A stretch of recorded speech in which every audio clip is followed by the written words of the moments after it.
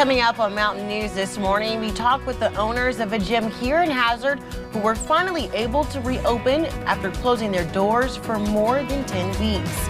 And good news for anyone planning to visit the Cumberland Gap National Historical Park in the near future, as more popular spots are opening back up. Dedicated to Eastern and Southern Kentucky, this is WYMT Mountain News This Morning.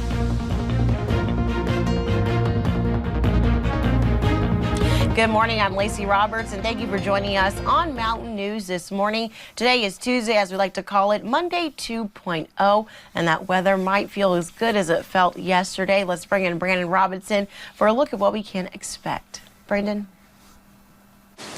It all depends on what you like, because if you want to be exactly like yesterday, you're not going to like today's. But if you like the heat, humidity, you're going to love today, especially if you're a summer type person. Let's take a look and see just a few clouds this morning. Nothing major, maybe a stray shower out toward Pulaski County. But again, I don't know if a lot of that reached the ground this morning, but most of us staying dry here for another day. We're going to see temperatures a little cooler down south in the Cumberland Valley.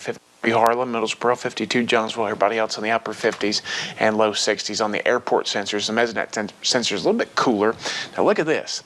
It is anywhere between 7 and 20 degrees warmer this morning than it was this. That's crazy numbers. But again, that's going to be different even tomorrow from today, because those temperatures are going to continue to increase for the next couple of days, and then we'll start to see a very warm trend over the next several days, and unfortunately the humidity will come back. But after a few morning clouds today, I do think we see mostly sunny skies again, and temperatures in the mid to upper 80s for daytime highs. The rest of the forecast on the way here in just a little bit. Lacey? Thank you, Brandon. And I am one for those upper temperatures, so I'm a little bit excited about those temperatures today. And we told you earlier about escalating unrest in Louisville during protests this past weekend. However, things were much more peaceful in Lexington on Sunday night.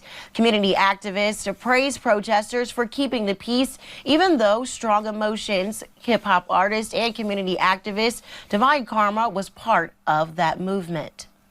To be angry, mad, protest, be upset, but at the same token, we still got to be able to inform our young people and tell them, say, be mad, but be mad and go to the voting booth. You know what I mean? Be mad and get active in the community. Don't tear down your own neighborhood. During a news conference yesterday, Lexington Mayor Linda Gorton promised a group of people to suggest changes to be made in the city. And it was the first day of June yesterday, so the June 23rd primary election is just around the corner. On Friday, our Steve Hensley talked with Secretary of State Michael Adams about the upcoming election and how it will look. WYMT's Madison Pergram has a snapshot of that issues and answers. The 2020 primary election was on the books for May 19th until the coronavirus resulted in a delay. Everyone agreed we just simply couldn't pull this off. May 19th. We couldn't get the PPE we needed, for example. U.S. Senate, U.S. Congressional, State Senate, and State Representative are just a few races that could be on the ballot. Other jurisdictions will just depend. Some jurisdictions have local races for city council and mayor and so forth. Some do not. One change in this election is the reduction of precincts on Election Day. We're not reducing locations because we want to. We're reducing locations because we don't have the locations. These voting locations we normally use just aren't acceptable, or they've canceled on us. Secretary of State Michael Adams says there is a total of 4 ways to vote. The primary focus is on absentee. We've had well over 100,000 people already request an absentee ballot, and we're, of course, tracking those. That'll give us a sense, I think, of the turnout. Reassuring those who do vote that way, it is secure. We're matching signatures. By law now, and we've kept this in place, every single absentee ballot by law, before it's counted, the signature on that ballot envelope on the outside has to match the signature of the voter of record. Even with the changes this election cycle, the goal remains the same, making sure Kentuckians can cast their ballot. Madison Pergram, WYMT Mountain News. And you can watch that full interview with Adams on our website at WYMT.com. And we are just weeks away from Kentucky's primary election. And last night there was a debate on KET between some of the Democratic candidates for the U.S. Senate. It included retired Lieutenant Colonel Amy McGrath, State Representative Charles Booker, and retired Marine Lieutenant Colonel Mike Breither.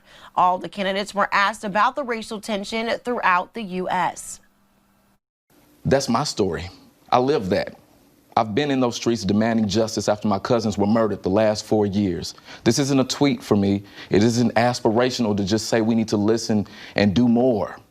We need results right now. And it means we have to acknowledge the challenges that are levied within our institutions that see someone that looks like me, that doesn't come from a lot, as a deadly weapon before a human being. Anytime a tragic event happens, the first thing we need to do is to have an independent investigation, make sure that we find all the facts, and hold people accountable. And I think it's so important because we need police.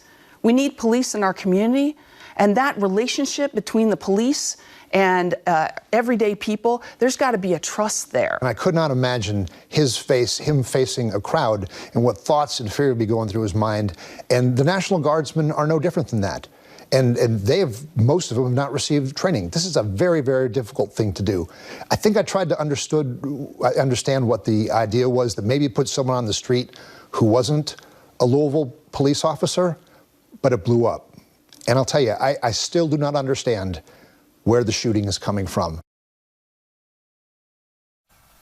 Several Democrats and Republicans are on the ballot for U.S. Senate, including incumbent Senate Majority Leader Mitch McConnell. And because of unrest in Louisville, we did not hear a live update from Governor Andy Beshear on COVID-19 last night. Instead, he sent out a release. Kentucky has now topped 10,000 cases, and that includes 131 new cases on Sunday and another 214 cases on Monday. We learned 8 more people died over the weekend from the virus. And according to the numbers released yesterday afternoon, more than 236,000 people have been tested and more than 3,200 have recovered. On March 18th, we brought you the story of one gym in Hazard closing its doors due to coronavirus and the governor's orders. WYMT's Camille Gear has their story on that gym being able to reopen their doors yesterday. A once empty gym months ago March 18th was doomsday. now looks a little different. After closed for almost 11 weeks, East Kentucky Fitness was ready to open back up. Even in health crisis, exercise is good mentally and physically. So you hate not having that or being able to be a part of that or be essential for your members. June 1st is the day the gym members and employees were waiting for. Oh, they have been very excited. We have had members that have messaged, texted, called, just making sure that we're open where they can get back in.